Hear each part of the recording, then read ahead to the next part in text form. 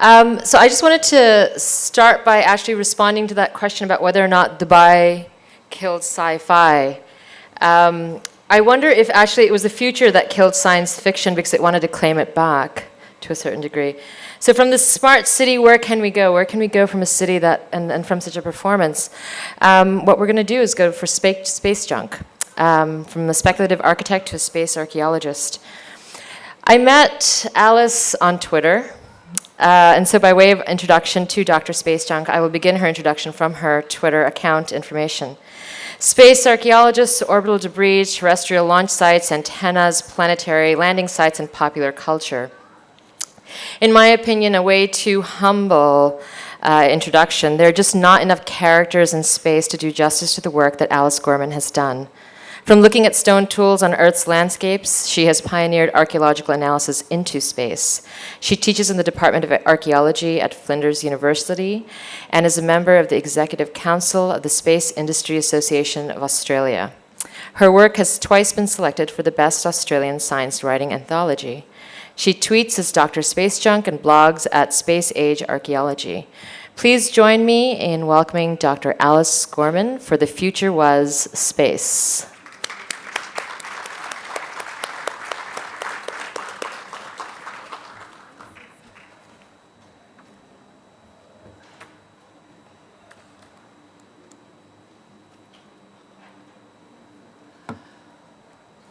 Hello, everyone.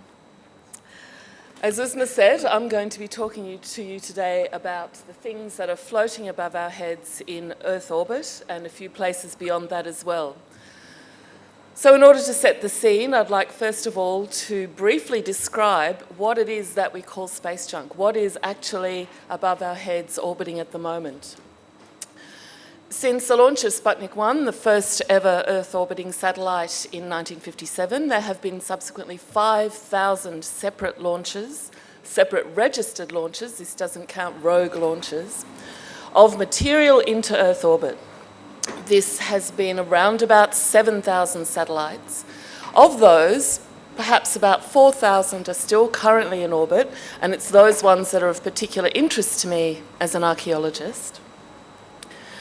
But they have created, through their existence to begin with in orbit, and then through their gradual breakdown, a population of millions and millions and millions of pieces of space junk. And of all of these millions of pieces, there are only 4%, well, to be more precise, 4% of the pieces over 10 centimetres in size that are actually functional operating satellites at this point in time. Does this sound all right? Can everyone closer? Is that better? So what happens when something is put in orbit is that various factors in the space environment from that point start to slowly break it down. There's elemental elements, like atomic oxygen. We're used to it in the O2 form on Earth. Up there it's just a single oxygen molecule, and it's very, very corrosive. There are micrometeoroids that are bombarding and impacting on all of our manufactured surfaces. There are temperature extremes, there are radiation belts. So all of these things impact on these objects, start to weaken the materials. The residual fuel, which is often left at the end of a spacecraft's mission life, sometimes explodes and the satellite breaks up. But we've created additional factors in this environment as well. From these millions of pieces, there are bits that are continually colliding with those functioning satellites that we're extremely keen to keep operating. They cost billions of dollars. They provide us with all of our navigation, telecommunications, Earth observation. So we've taken... we've added to the environment of near-Earth space, which was already fairly punishing for human-manufactured materials, and put all of these other opportunities for collision up there in the form of all of this space junk. To give you a bit more of a visual picture of what it actually is like, I once decided to make a calculation of something that's maybe a bit more visually accessible than the pieces represented by dots, coloured dots of light in the background to this slide. So there's about 6,000 tonnes of material in Earth orbit alone. And that turns out to be about equivalent to 1,000 male African elephants circling around the Earth.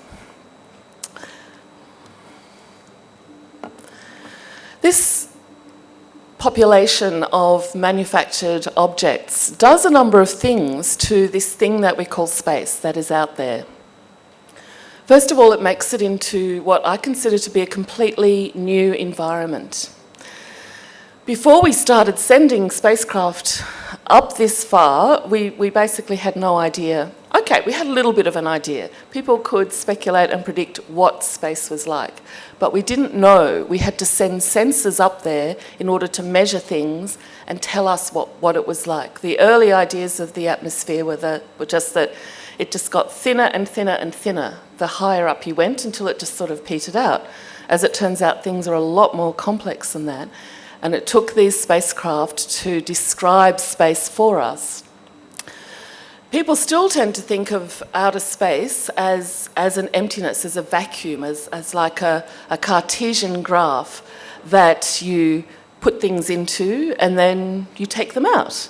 We know there's a problem with space junk, but the way that people tend to think about it is that we just take stuff out and everything goes back to normal, which is a really interesting way of looking at it, because we're always now, from now on, we're always going to need at least some satellites up there to perform all of the functions that we used to, but we're never going to get all of it out ever again.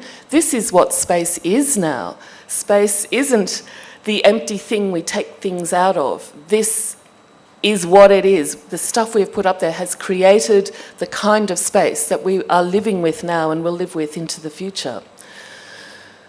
So we've added all of these other factors into what we might call the natural environment.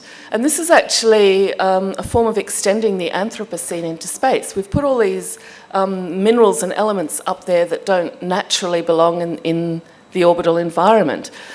All of these spacecraft are made of aluminium alloys, titanium, really complex ceramics, carbon fibres, a whole range of different materials. If you look at the Anthropocene as a redistribution of elements like carbon and nitrogen within the Earth system, this is actually extending it far beyond that. We're redistributing elements in our dismantling of the Earth. We're redistributing these elements into Earth orbit, across to the Moon and Mars, and even to the edges of the solar system. But if I'm looking at this with my archaeological eye, I'm an archaeologist just like Uzma, I look at this as another kind of thing as well. I look at it as a cultural landscape. The technical definition, the boring definition of it, is that a cultural landscape is created by the combined works of human activities and the natural environment. What it does, though, is create, again, a new entity that we can interrogate for what it can tell us about things like social inequalities, power differences, the changes of technology over time, and particularly, perhaps, the changing ideas of what constitutes nature and culture. It does something else. It enables us to do an archaeology of space. What we have now in all of these spacecraft and this space junk, from Earth orbit to the edge of the solar system, is a material record of human activities that you can do an archaeology of in exactly the same way you would do any kind of archaeological investigation on Earth. For me, this means I'm interested in temporal differences, I'm interested in changing technologies, I'm interested in what they can tell us about human behaviour in the 20th century and the 21st century that you will not be able to find from the documentary record and even from the oral record, both of which represent particular kinds of knowledge and information in their own right, but they don't necessarily tell us the same things as the physical objects and what they mean. So I'm going to look now at some of these particular spacecraft and explore a little bit what are the human values that they have taken into this new kind of space, into this environment that is created by cultural values. First one I want to talk about is one of my absolute favourites, The Vanguard 1 satellite, which was launched the year following Sputnik 1, as its name might indicate, people expected it to be the first object in Earth orbit, but as usual, things don't happen as people predict. In the little body of this spacecraft, which is only kind of about, actually smaller, it's about this big, what we're looking at there. You can see its antennas, and the little square bits are its solar panels. It was meant to imprint a very particular value onto space, which prior to that point had only had Sputnik 1 in it. It was meant to present space as a peaceful place where people could pursue scientific inquiry that belonged to all of humanity. And in order to present that message, a number of decisions were made about this satellite. The first is that it would be launched on a sounding rocket, a scientific rocket, as opposed to a missile. The second was that it would be a shape that was being tossed around as a satellite design in this period, this very sort of round, friendly shape.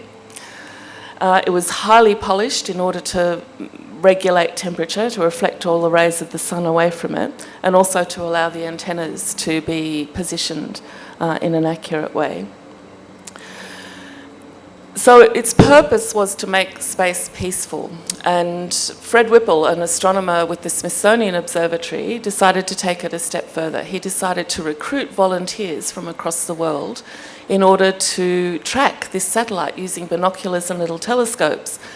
So he created a global community of enthusiastic amateurs, the kinds of people we'd probably now call citizen scientists.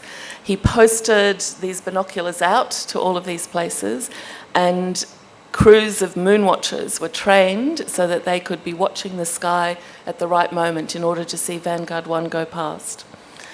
So it was very much a message of engaging everyday, regular people in the space enterprise. So Vanguard 1 was successfully launched in 1958, and it's still in orbit. It's probably going to be in Earth orbit for another 600 years or so. It performed part of its role. It did make the second and the oldest surviving object in space a representation of what peace might look like. And it has a huge fan group following today as well. I'm not the only person who loves Vanguard 1. But what we're looking at space at this time, no one really knew what was going to happen. We had a number of nations who had the capability to launch into Earth orbit, but in the end it was really always going to come down to the US or the USSR, who were going to get to control the values of space. So while all of this is happening, the United Nations and a number of people who were not having the capability to launch at this time started to put in place plans for what's now known as the Outer Space Treaty of 1967.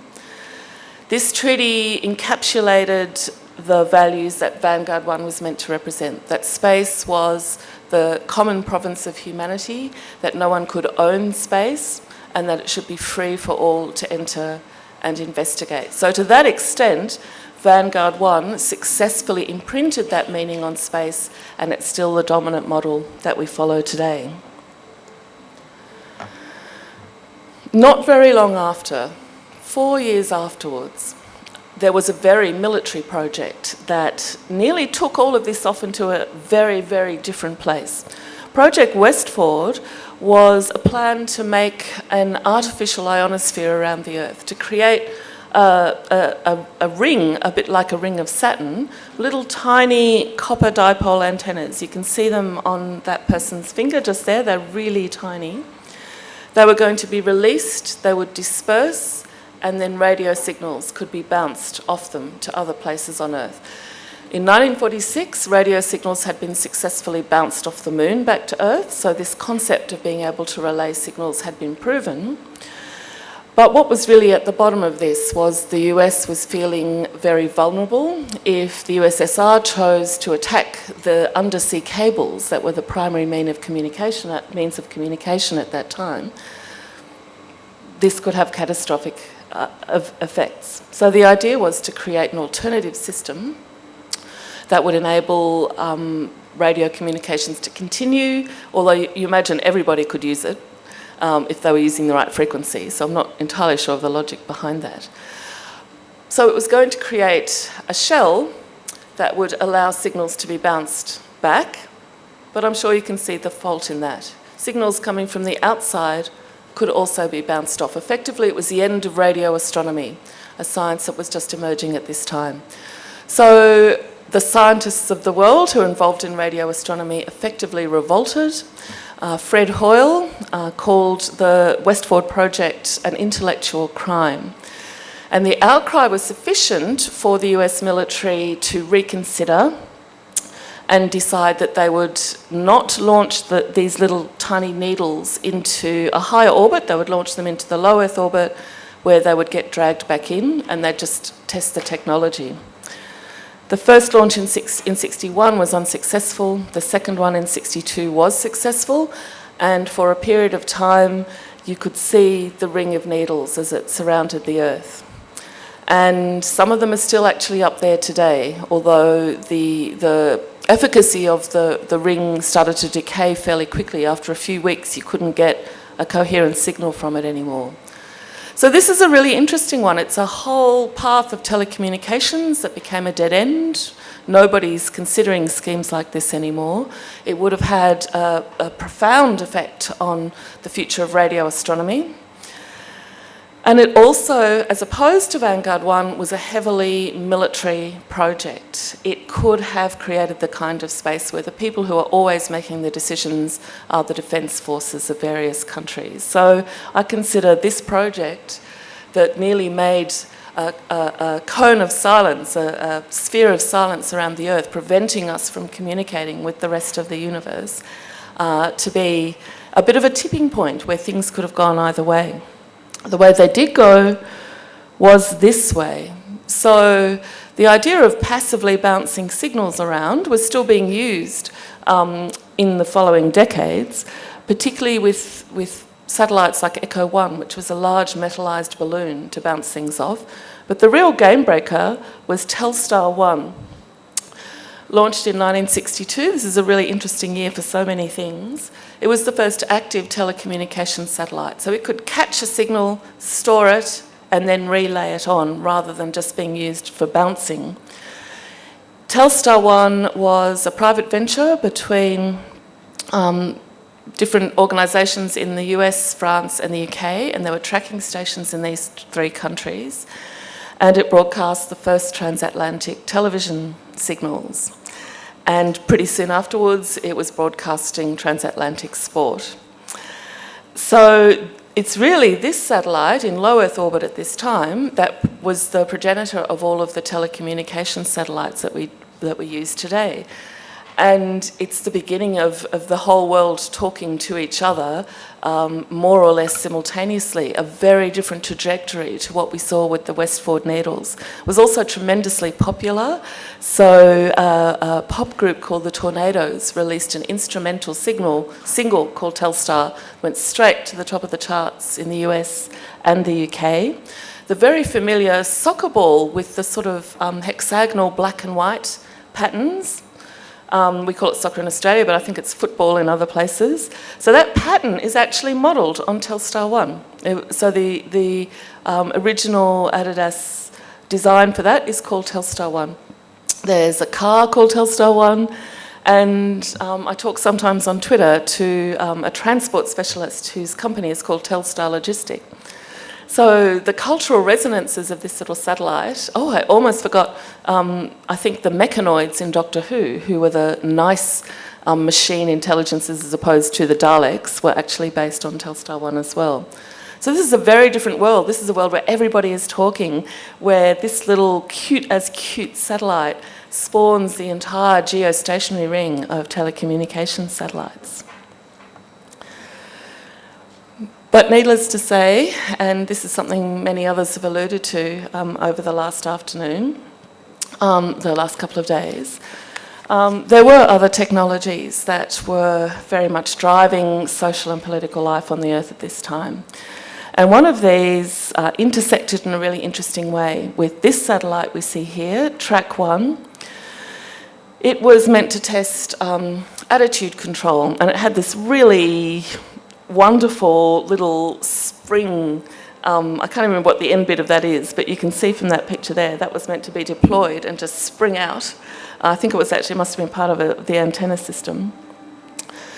So this satellite was noteworthy in the end for a couple of reasons. Like its original mission of testing attitude control wasn't that amazing. But the year after it was launched, an upper atmospheric nuclear test was performed, the famous Starfish Prime.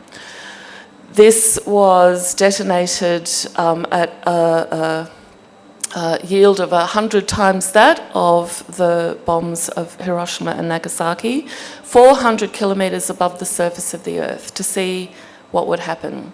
A number of satellites had sensors that would be able to gather data about this explosion, including Track 1, although that wasn't its original purpose.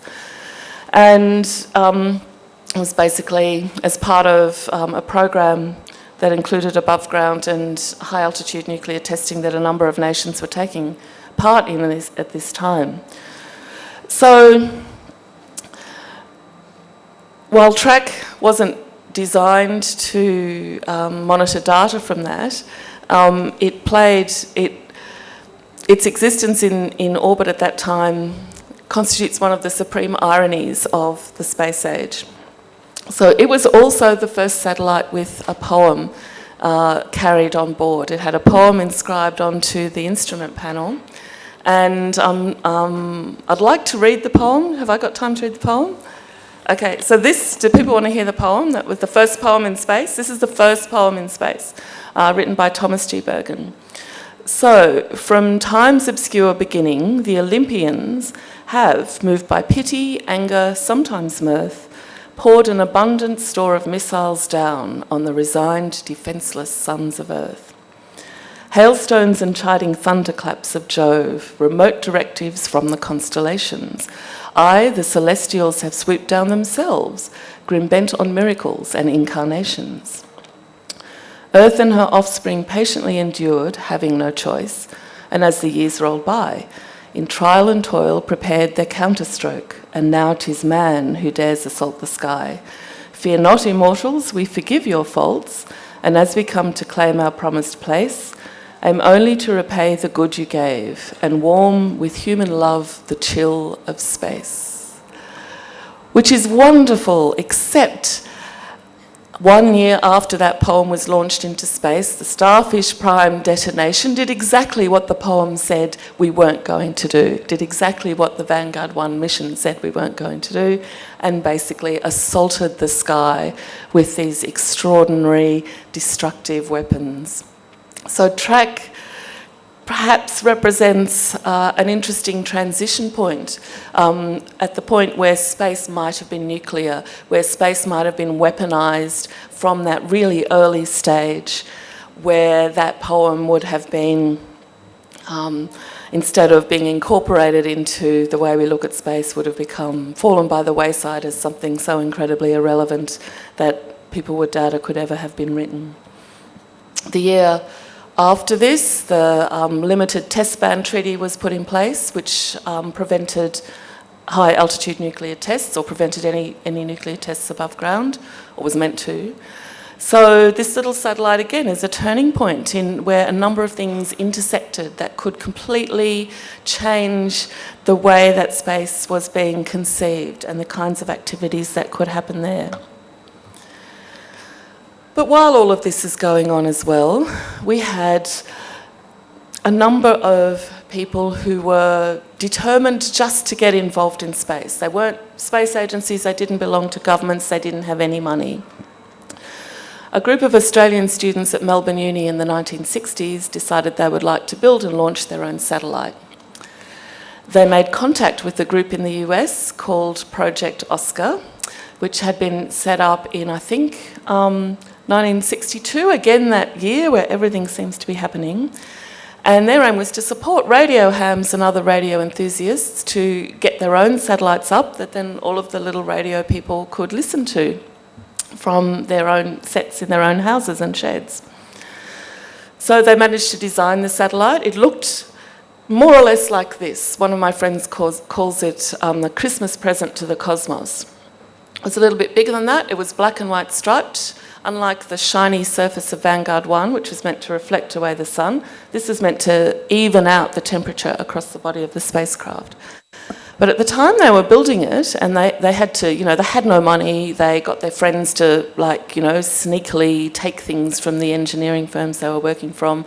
They bought things just from hardware shops. They, scavenged from things lying around in the physics department at Melbourne Uni.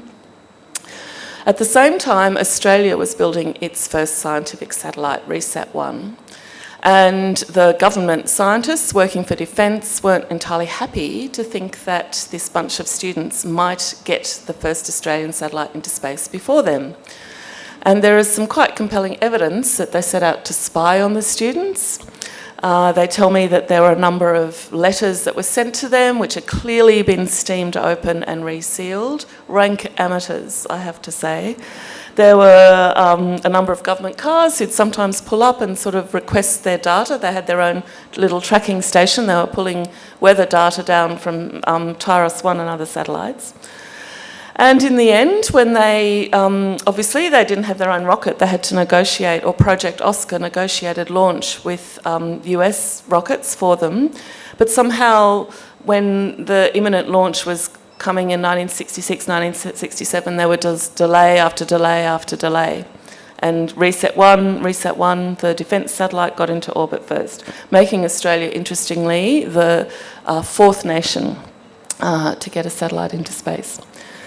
In 1969, Project Oscar amalgamated with another amateur satellite group called AMSAT, and they made it their priority to get this little satellite into orbit. So in 1970, Richard Tonkin, one of the students, boarded a plane with Australis Oscar 5, arrived at Vandenberg Air Base. They integrated it with the rocket. It was launched successfully, and it's still in orbit today. It was the first remotely controlled amateur satellite, and like Vanguard 1, they had radio hams across the world sending in data from the satellite from 126 countries. And now amateur satellites have resurged because you can now buy the components for a CubeSat, which might only be this big. For a couple of $100,000, you can make, anybody with that amount of money can make their own satellite with off-the-shelf components. And in fact, there is a group of students here in the UAE who are building Naif 1 as we speak, planning to be launched in 2017. So this project of amateur and enthusiast space involvement has continued throughout the entirety of the Cold War and beyond, while all of the space agencies and the defence departments of spacefaring countries have been concerned with these broader issues. People who just want to get into space have been doing their own thing and doing it successfully, and are likely to keep on doing that. A very different kind of spacecraft is the International Space Station. This is one that was designed to demonstrate how you could live in space, how space could be transformed from a place where we put service providers effectively, things for navigation, telecommunication, Earth observation, transform space into somewhere we could live. And so this spacecraft, which is the largest thing ever assembled in orbit, the first module was launched in 1998, had to make a whole lot of decisions about what a home in space might look like.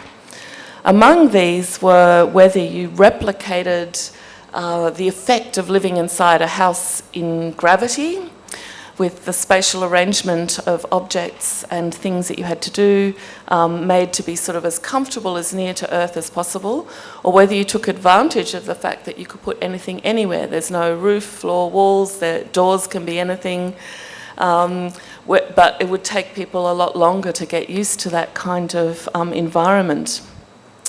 In the end, the International Space Station kind of does a little bit of both. Obviously, nothing in microgravity is going to be quite like Earth, but the internal arrangements of it are to a degree meant to replicate internal domestic house divisions. You eat in certain areas, you sleep in certain areas, others are separated into different activity areas. It's very archaeological. It's the sort of same organisation of a site we might study from the Paleolithic. So we have orbiting above us at the moment a place where people actually live. It hasn't been unoccupied since it was first launched. However, it's likely, it's hugely expensive. The participants, partners in it, are always threatening to cease financing it.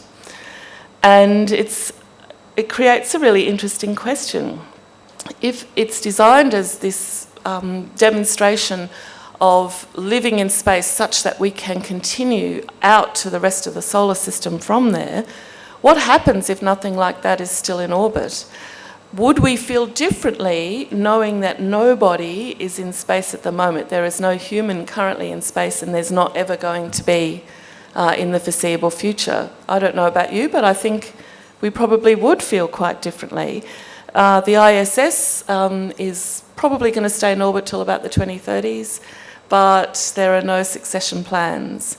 And if we lose our access to having a human presence in low Earth orbit, I might actually talk about that later if anybody is interested in Voyager, one of my very favourite spacecraft, as anyone who's heard me talk before knows. I'm going to move on to the idea that we might soon have a situation where we are confined to the surface of the Earth, where we have a silent Earth again, shut in just as we were going to be with the Westward needles. This is something that arises from the quantity and density of space junk in Earth orbit. In 1978, Donald Kessler and Burton Court-Palais proposed something that's come to be known as the Kessler syndrome, that the rate of collisions of orbital debris would increase, and even if you put nothing new up into orbit, with every new collision you create thousands of new pieces of stuff that can collide, and you get a cascade effect. And it is possible that this might prevent the launch of anything future into orbit. And we could be shut in. We could return to a time when nothing had a pre-Sputnik time, when nothing leaves the Earth, when we are confined to the surface of the Earth, effectively abandoning the rest of the solar system, leaving these places and these sites, many of which have active experiments still going on them, to gradually wind down. When the batteries run out, the orbiters fall to the surface of the planet, the signals stop being sent, we cease to hear Voyager 1 and 2 out on the edge of the solar system. The rest of the solar system becomes an abandoned place, like a decaying city on Earth, except spread out far more widely. And I might actually leave that to talk about later on as well. I'm going to leave you with the thought that, thinking about the past in space can create a space for us to move forward into the future. And I'll ask a quick question. Has anyone here have flying dreams? Dreams when you're actually flying like a bird? Or, yeah, there's a few of you. They're so exhilarating, but they're the worst dream in the world, because when you wake up and you still have that sensation that all you need to do is just go like that, and it doesn't happen. Gravity has pinned you to the surface of the Earth, and in your brain you're still actually flying. I think that we are kind of already adapted to space. Those dreams like that show us adapted to microgravity, show us that it's just a small leap of the imagination away.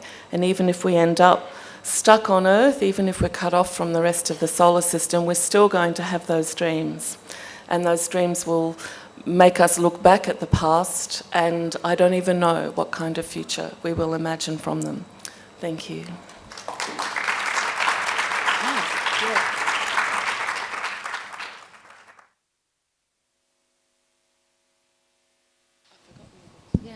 So thank you very much for that. Go ahead. I'll let you sit next to Marie.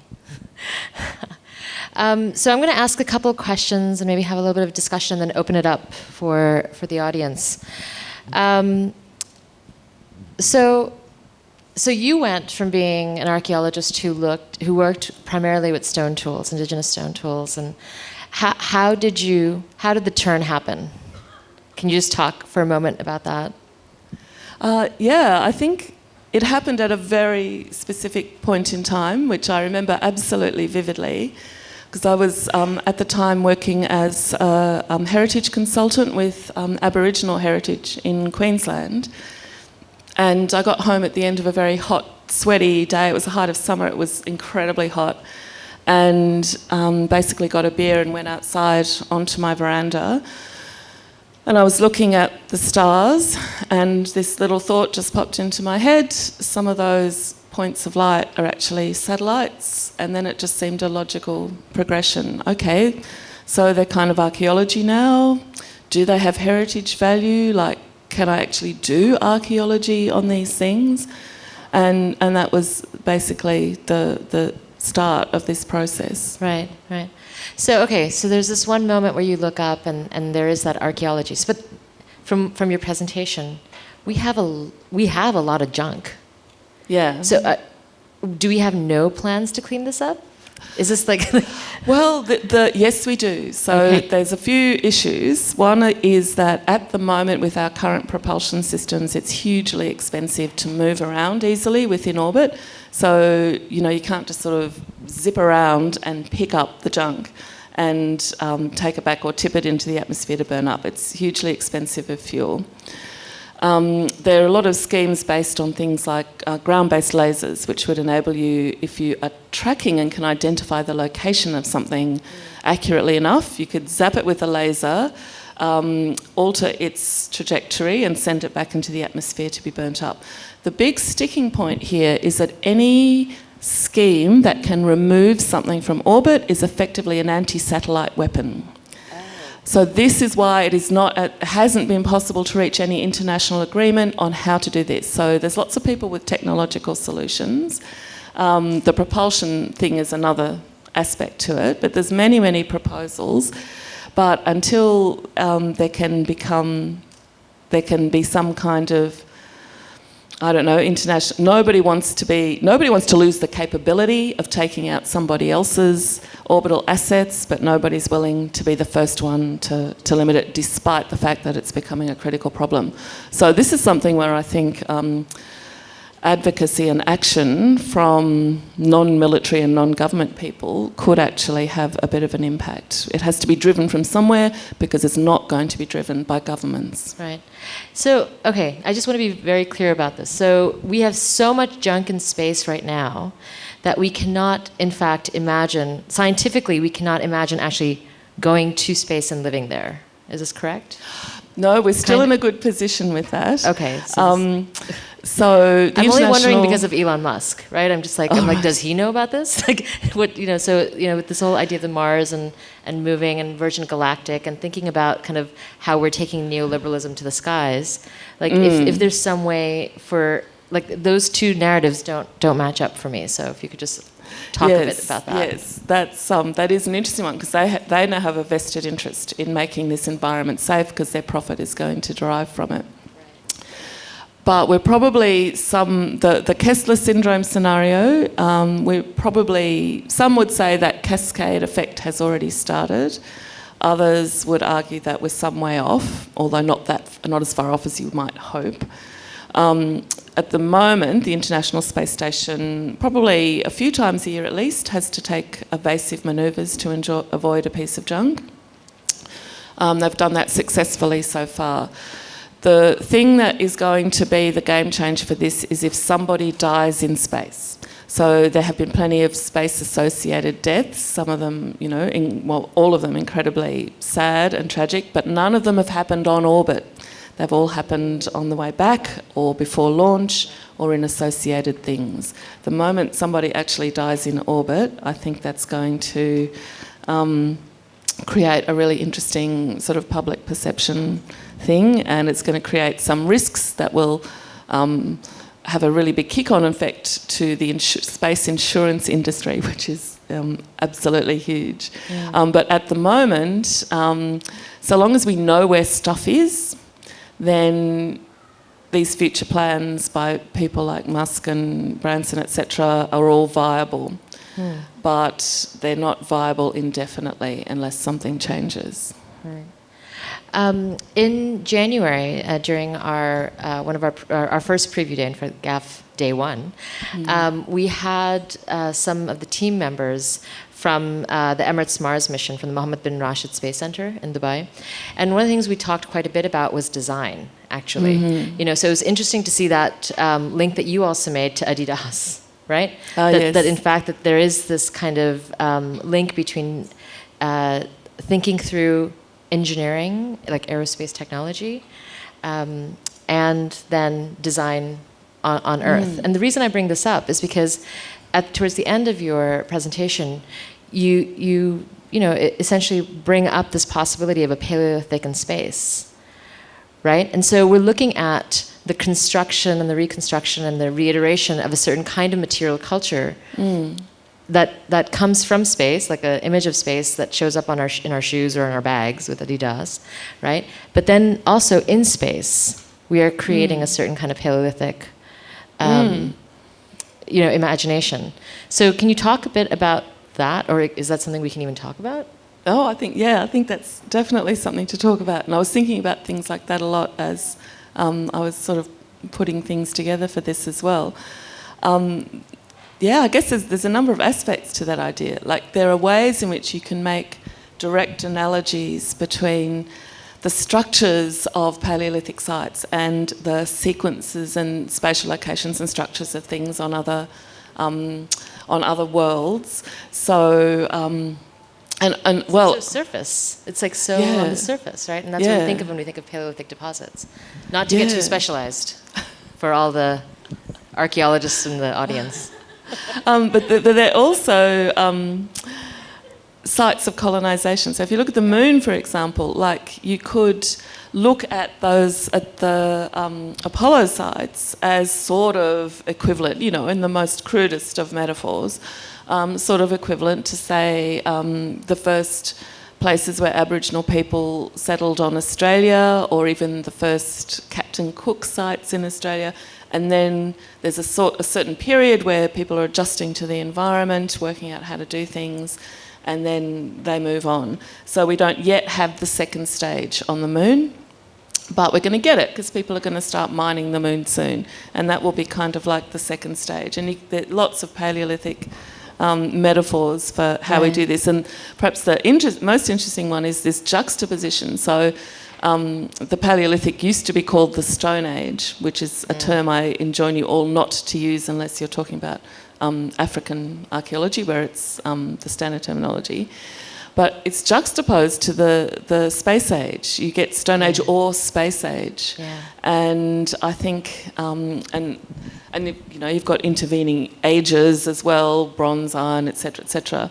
But each of them kind of contains the other. And in terms of looking about what might happen on Earth as space industry develops, it's not a matter of the Space Age superseding or succeeding the Stone Age. Yeah. It's a matter of us bringing all of that with us in the ways we engage with space. Right. I might leave that there. But yes, so interesting to think of all these resonances. So I know that I have a lot more questions, but I just wanted to open it up to the audience. We have a few more minutes. If anyone is interested, Can we get a mic right there?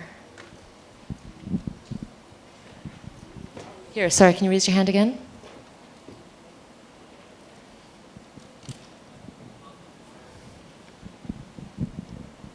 It should be on. Yeah. It's not on. Oh.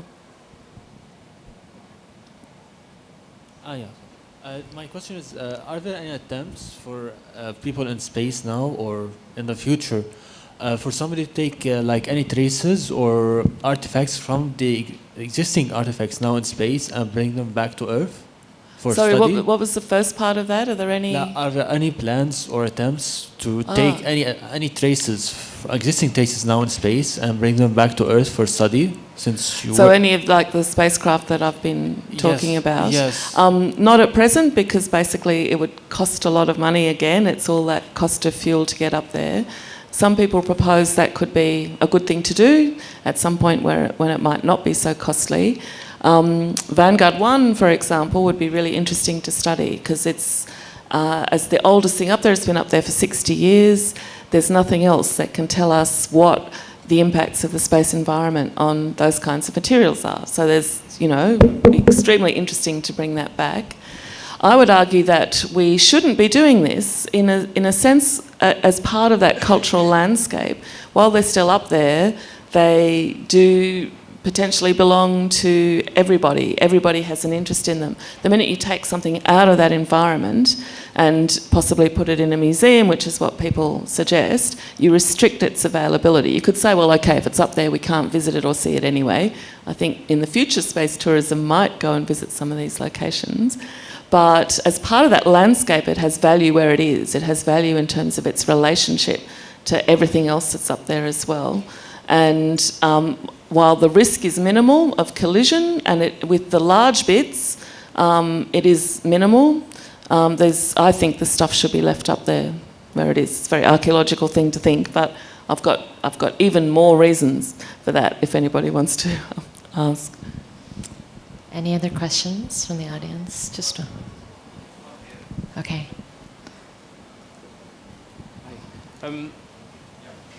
I was wondering if you could talk a little bit more about some of the deliberate attempts in satellite making that we've made recently. Like I'm thinking Trevor Paglian's The Last Photos, where he encodes a satellite with this etched microdisc of 100 photos that we deem special enough to launch into space for return, or even the Voyager. When we deliberately try and leave a message as opposed to your archaeology of kind of accidental messages, what does that start to mean? I think that is really interesting stuff because there's been a number, there's the Voyagers, the Pioneers.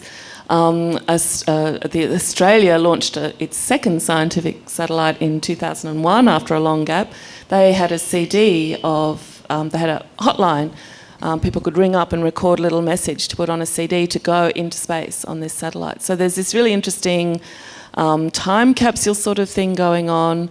There's an interesting thing which demonstrates that it's possible to form an attachment to a spacecraft, to regard a spacecraft as a cultural object in some way.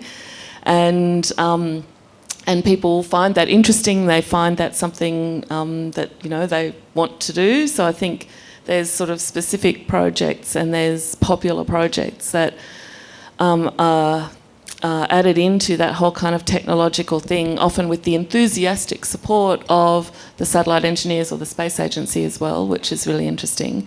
So they create these spacecraft, or to my way of thinking, add a whole range of new kinds of meanings.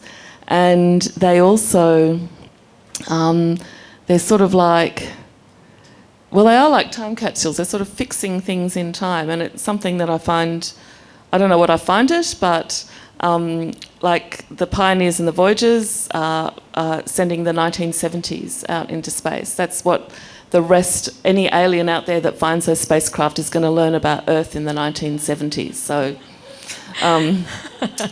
but yeah, I think that stuff is really interesting, and I think you could do some really interesting stuff looking at the full range of those kinds of engagements with spacecraft as technology and as cultural things as well.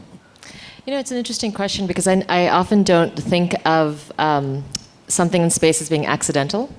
Like it's not like you just dropped it in orbit, right? So there's kind of an intentionality already in space, and so it's kind of interesting to think through what we think is intentionality versus what we think is function, and the intentionality of function. But anyhow, I want everyone to join me. Sorry, we're just on time in terms of the inshallah 15-minute past time, but you're moving through time with us anyways all throughout the last 3 days, so this should be totally fine.